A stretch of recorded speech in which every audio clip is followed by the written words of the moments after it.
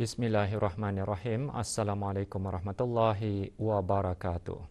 Kebawah Duli Yang Maha Mulia Paduka Seri Baginda Sultan Haji Hassanah Bolkiah Muizzaddin Wad Daulah Ibni Almarhum Sultan Haji Omar Ali Saifuddin Sa'dul Khairiwaddin Sultan dan Yang di-Pertuan Negara Brunei Darussalam bertitah menegaskan bahawa tidak akan berlaku sesuatu itu kalau bukan dengan izin dan kehendak Allah jua.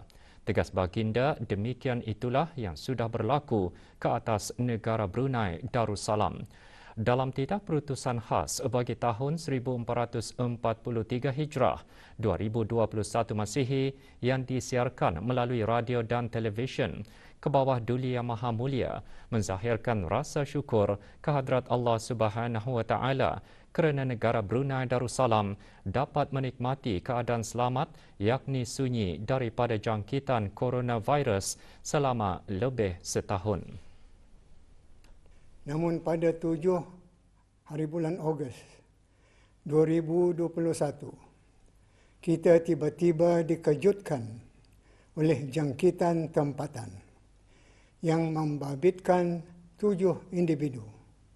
Jangkitan ini meningkat pada hari-hari berikutnya yang tentu saja menambahkan kebimbangan. Tetapi kita selaku umat yang berakidah tetap sahaja menaruh harapan bahawa Allah akan memperkenankan doa kita untuk membersihkan semula bumi Darussalam ini daripada wabak coronavirus, insya-Allah. Kebawah Duli Yang Maha Mulia bertitah selaku umat yang berakidah, kita memahami bahawa tiada turun sesuatu bala melainkan hanya kerana dosa jua dan tiada berundur bala itu kecuali dengan taubat atau istighfar sahaja. Ini dari sejak lama lagi telah pun diisyaratkan oleh Allah. Sebagaimana firman-Nya dalam surah Hud ayat 52, tafsirnya. Wahai kaumku, mintalah ampun kepada Tuhan kamu, kemudian kembalilah taat kepadanya, supaya Dia menghantarkan kepada kamu hujan yang lebat, yakni rahmat, dan akan menambahkan lagi kekuatan kamu di samping kekuatan yang sedia ada, dan janganlah kamu membelakangi suruhanku dengan terus melakukan dosa. Inilah antara ayat istighfar yang menggalakkan kita supaya bertaubat. Dan manakala taubat itu telah berlaku, maka Allah pun berjanji akan menurunkan rahmat-Nya, termasuk insya-Allah dengan menarik balik bala bencana dan penyakit, bahkan akan menambahkan lagi kekuatan kita yang sedia ada. Adapun kekuatan itu di sini boleh saja disebut sebagai kesihatan, kemakmuran dan keselamatan, insya-Allah. Dalam titah Kebawah Duli Yang Maha Mulia mengingatkan selaku hamba Allah, umat Islam janganlah malu mengaku berdosa dan berat untuk bertaubat. Kita tidak tahu berapa banyakkah dosa kita, sama ada yang dilakukan secara sedar atau tidak sedar. Semua itu pembasuhnya hanyalah satu sahaja, iaitu istighfar atau taubat. Kalau membasuh tangan dengan air atau sanitizer, tetapi membasuh dosa adalah dengan istighfar dan taubat. Maka marilah sama-sama kita munajat, mengikhlaskan diri dan merafakkan tangan ke langit berdoa. Ya Allah, ya Tuhan kami, kiranya kami ini sudah terlanjur mengkufuri nikmat-Mu dengan kelakuan-kelakuan kami yang Engkau tidak redai. Maka Engkau ampunkanlah kami dan kasihanilah kami dengan menarik balik wabak coronavirus daripada negara kami. Ya Allah, mohon supaya Engkau bersihkan negara kami ini daripada wabak sebersih-bersihnya. Amin. Wa hasbunallahu wa ni'mal wakil. Wa la hawla wa la quwwata illa billahil aliyyil azim. Walhamdulillahi rabbil alamin. Negara Brunei Darussalam mencatatkan 65 kes baharu jangkitan COVID-19 kemarin, menjadikan jumlah keseluruhan kes meningkat kepada 852 kes.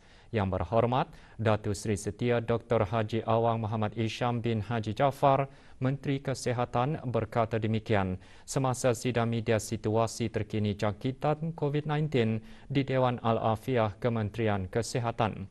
Menyertai sidang media yang berhormat, Datuk Seri Setia Dr. Awang Haji Muhammad Amin Liu bin Abdullah, Menteri di Jabatan Perdana Menteri dan Menteri Kewangan dan Ekonomi kedua, dan yang berhormat, Datuk Seri Setia Awang Haji Hamzah bin Haji Sulaiman, Menteri Pendidikan. Terdapat tambahan kes baru pada kluster-kluster aktif yang sedia ada. 11 kes bagi kluster Champion 7, 9 kes bagi kluster Chonghua, 3 kes bagi kluster Base PHQ, 2 kes bagi kluster Dragon Boat, 1 kes bagi kluster Sempurna Enak, 1 kes bagi kluster ABCI, 1 kes lagi bagi kluster Al-Falah dan Fred Amin, 1 kes bagi kluster 635 dan 1 kes bagi kluster Total. Selain itu, terdapat 2 kluster baru telah dikesan. 10 kes baru pada hari ini telah dikaitkan dengan kes 762 yang dilaporkan pada 16 Ogos 2021. Kluster ini sekarang dikenali sebagai kluster The Mall. 3 kes baru telah dikaitkan dengan kes 597 yang dilaporkan pada 13 Ogos. Kluster ini sekarang dikenali sebagai kluster Eker.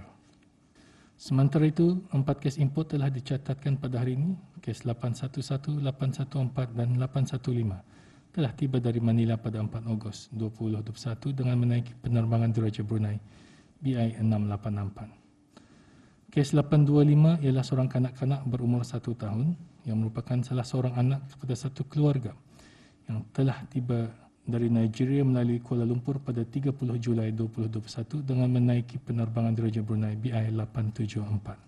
Ahli-ahli keluarga yang lain seramai 4 orang telah pun disahkan positif pada 9 Ogos 2021. Manakala terdapat 18 kes yang masih belum diketahui sumber jangkitannya. Kes-kes dalam kluster-kluster aktif adalah mereka yang sedang menjalani kuarantin setelah mendapati mempunyai kontak dengan beberapa kes positif sebelumnya. Pengesanan kontak bagi semua kes-kes baru ini masih giat dijalankan. Semua kontak terdekat yang dikenal pasti akan diarahkan untuk menjalani kuarantin mandatory dan ujian RT-PCR SARS-CoV-2. Dalam pada itu, tidak ada kes telah disahkan sembuh kemarin membawa kepada jumlah kes yang sembuh kekal sebanyak 333 kes. Ini bermakna terdapat 516 kes aktif telah direkodkan di negara Brunei Darussalam. Di kalangan kes-kes aktif tersebut, 2 kes masih berada dalam keadaan kritikal yang mana kedua-duanya masih memerlukan bantuan pernafasan dan 7 lagi kes di bawah pemantauan rapi di Pusat Pengasingan Kebangsaan. Dalam tempoh 24 jam yang lalu, sebanyak 3,310 sampel telah diuji bagi virus SARS-CoV-2 membawa jumlah keseluruhan ujian yang dijalankan sejak Januari 2020 kepada 179,420 ujian. Di sini, saya juga ingin menasihatkan kes-kes yang didapati positif dan sedang bersiap untuk dipindahkan ke Pusat Pengasingan Kebangsaan untuk merujuk kepada information sheet yang telah disediakan bagi mengetahui senarai barang-barang keperluan semasa berada di Pusat Pengasingan Kebangsaan. Senarai ini boleh didapati di laman web Kementerian Kesihatan. Di kesempatan ini juga, saya ingin menyuruh kepada semua barisan hadapan supaya sentiasa kuat dan tabah dalam menjalankan tugas dan tanggungjawab yang telah diamanahkan demi untuk menjaga kesejahteraan rakyat dan penduduk di negara Brunei Darussalam. Hanya Allah Subhanahu Wa Taala saja yang dapat membalas segala jasa dan pengorbanan habis kita. Amin, amin ya rabbal alamin. Merujuk kepada beberapa gambar yang tular melalui laman media sosial baru-baru ini mengenai sekumpulan warga negara asing membuat perkumpulan ramai, Menteri di Jabatan Perdana Menteri dan Menteri Kewangan dan Ekonomi kedua menekankan adalah menjadi tanggungjawab setiap majikan untuk memastikan para pekerja mematuhi setiap peraturan yang telah ditetapkan.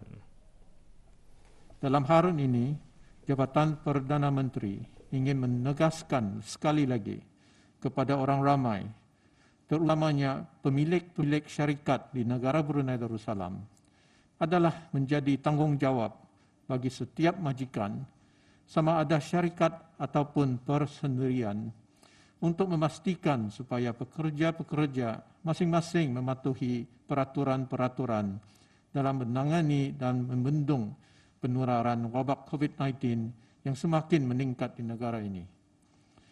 Strategi Kementerian Kesihatan iaitu bersama melindungi negara kita ini. Ini melibatkan semua pihak yang berada di negara Brunei Darussalam pada masa ini.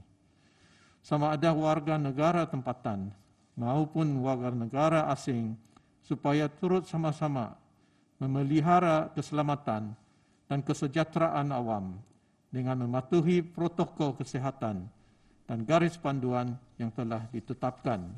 Jika ada warga negara asing masih kurang faham dengan peraturan dan garis panduan kesihatan terkini, ada baiknya bagi pihak-pihak majikan untuk menerangkan lebih terperinci kepada mereka bagi mengelakkan perkara ini. Menteri di Jabatan Perdana Menteri dan Menteri Kewangan dan Ekonomi kedua juga mengingatkan syarikat-syarikat perniagaan dan pengangkutan ataupun transport operator yang berdaftar di negara ini yang telah diberi kebenaran mengangkut dan menghantar barangan import dan ekspor supaya mematuhi protokol kesihatan. Pihak berkuasa negara Brunei Darussalam tidak akan teragak-agak untuk mengambil tindakan tegas kepada mana-mana individu dan majikan yang didapati melanggar atau enggan mematuhi mana-mana peraturan atau garis panduan yang telah dikeluarkan dan dikuatkuasakan dengan dikenakan denda di bawah Akta Penyakit Berjangkit Penggar 204. Ke arah ini, semua pihak perlulah sama-sama memikul tanggungjawab dalam menghalang penularan wabak penyakit COVID-19 di negara ini, serta memberikan kerjasama sepenuhnya dalam mematuhi prosedur operasi standard ataupun standard operating procedure yang telah dikeluarkan oleh pihak berkuasa. Berikutan sesi persekolahan penggal ketiga yang bermula hari ini, 18 Ogos 2021. Menteri Pendidikan menjelaskan pengajaran dan pembelajaran di bawah kawalan Kementerian Pendidikan dan Kementerian Hal Ehwal Agama akan dilaksanakan secara dalam talian atau online sehingga pada satu tarikh yang akan dimaklumkan kemudian. Ini adalah bagi memastikan kesihatan dan keselamatan para pelajar dan warga sekolah terjaga serta terhindar dari sebarang kemungkinan jangkitan. Dalam masa yang sama, Kementerian Pendidikan juga mengambil maklum mengenai keadaan di mana terdapat pelajar-pelajar yang mempunyai akses terhad kepada internet dan peranti seperti komputer riba dan tablet. Dalam hal ini, pengajaran dan pembelajaran akan dikendalikan melalui platform media sosial atau mana-mana aplikasi telekomunikasi yang bersesuaian seperti permakluman dan pemberian bahan pembelajaran melalui telefon bimbit agar pelajar-pelajar dapat belajar secara fleksibel mengikut jangka masa yang diberikan. Selain itu, Kementerian Pendidikan juga menyiarkan rancangan TV pendidikan sebagaimana yang dilaksanakan sebelumnya. Penyiaran yang akan dibuat melalui saluran TV, radio, televisyen Brunei ini berperanan sebagai sokongan tambahan kepada pengajaran dan pembelajaran. Rancangan akan disiarkan setiap hari persekolahan dan jadual siaran rancangan tersebut akan dikongsikan melalui platform media sosial resmi Kementerian Pendidikan. Dalam masa yang sama, sekolah-sekolah akan terus mengaktifkan business continuity plan masing-masing bagi menjaga kesejahteraan guru-guru dan warga sekolah dengan mengarahkan semua guru-guru dan warga sekolah untuk bertugas dari kediaman masing-masing, iaitu work from home, seperti mana yang telah digariskan oleh Kementerian Kesihatan dan Jabatan Perdana Menteri bermula dari Rabu 18 Ogos 2021 hingga ke satu tarikh yang akan dimaklumkan kemudian. Pelaksanaan kaedah work from home ini bagi pihak sekolah adalah diselaraskan dengan kaedah flexible working arrangement untuk semua warga perkhidmatan awam. Mengenai peperiksaan-peperiksaan yang akan berlangsung pada tahun ini, Menteri Pendidikan menjelaskan peperiksaan penilaian sekolah rendah PSR yang dijadual bermula hari Khamis 14 Oktober 2021 ditunda ke hari Selasa 16 November 2021. Perubahan tersebut tertakluk kepada perkembangan situasi penularan COVID-19 di negara Brunei Darussalam. Bagi peperiksaan Brunei Cambridge International General Certificate of Secondary Education atau IGCSE, Brunei Cambridge General Certificate of Education BCGCE, O-Level, AS dan A-Level pula adalah masih dalam penelitian dan perundingan bersama badan-badan peperiksaan yang berkenaan. Bagi peperiksaan akhir tahun juga, ianya akan ditunda atau dibatalkan tertakluk pada perkembangan keadaan penularan jangkitan COVID-19. Kementerian Pendidikan akan mengungsikan maklumat terkini mengenai peperiksaan tersebut dari semasa ke semasa melalui saluran rasmi Kementerian Pendidikan. Pada sidang ini juga dimaklumkan bahawa Majlis Sambutan Hari Guru, Majlis Convocation, Pesta Konvo bagi Universiti Brunei Darussalam, Universiti Islam Sultan Sharif Ali dan Universiti Teknologi Brunei tahun 2021 adalah ditangguhkan pelaksanaannya ke satu tarikh yang akan dimaklumkan kemudian. Sementara itu menyentuh mengenai impak dari pembelajaran secara dalam talian, Menteri Pendidikan berkata meskipun sekolah telah ditutup selama 3 bulan pada tahun lalu, namun keputusan bagi peperiksaan penilaian sekolah rendah dan peperiksaan peringkat O dan A level menunjukkan peningkatan yang amat menggalakkan. Jelas Yang Berhormat, kajian telah dibuat yang mana antara penyumbang kepada peningkatan tersebut adalah tumpuan terhadap segi pengajaran dan pedagogi yang aktif semasa mengajar dalam talian. Mengulas mengenai guru dan pelajar yang sedang menjalani kuarantin, Yang Berhormat menjelaskan ini tertakluk kepada keadaan kesihatan mereka dan kemudahan bagi pembelajaran secara dalam talian agar pelajaran para pelajar tidak terjejas dan guru-guru pula dapat melaksanakan tugas masing-masing. Walau bagaimanapun, jika kesihatan mereka tidak mengizinkan, mereka adalah dikecualikan. Kutipan sumbangan COVID-19 Relief Fund setakat kemarin berjumlah RM1,121.11. Orang ramai boleh membuat sumbangan secara sukarela ke COVID-19 Relief Fund bagi membantu pihak kerajaan membeli peralatan dan barangan keperluan dalam membendung penularan wabak tersebut di negara ini. Sumbangan boleh dibuat melalui pemindahan terus secara dalam talian ke akaun Bank Islam Brunei Darussalam BIBD.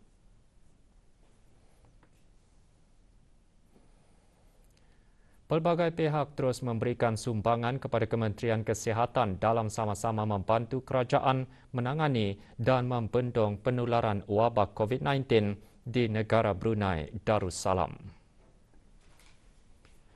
Penderma-penderma terdiri daripada JT Ong Construction Sdn Bhd, Najdah Rahman, Syarikat Ong Marble Trading, Kamila Construction Sdn Bhd, Lausan Hathway, Syarikat Perkhidmatan Shifa Al-Barakah, Easy Izwandi Izman, Hajah Mas Laila Haji Mohdi, Syarikat Little Bin dan Datin Hajah Salmah binti Haji Hanafiah. Orang ramai yang berhasrat untuk memberikan sumbangan hubungi Pusat Operasi Kecemasan melalui talian 729-5712 pada waktu bekerja.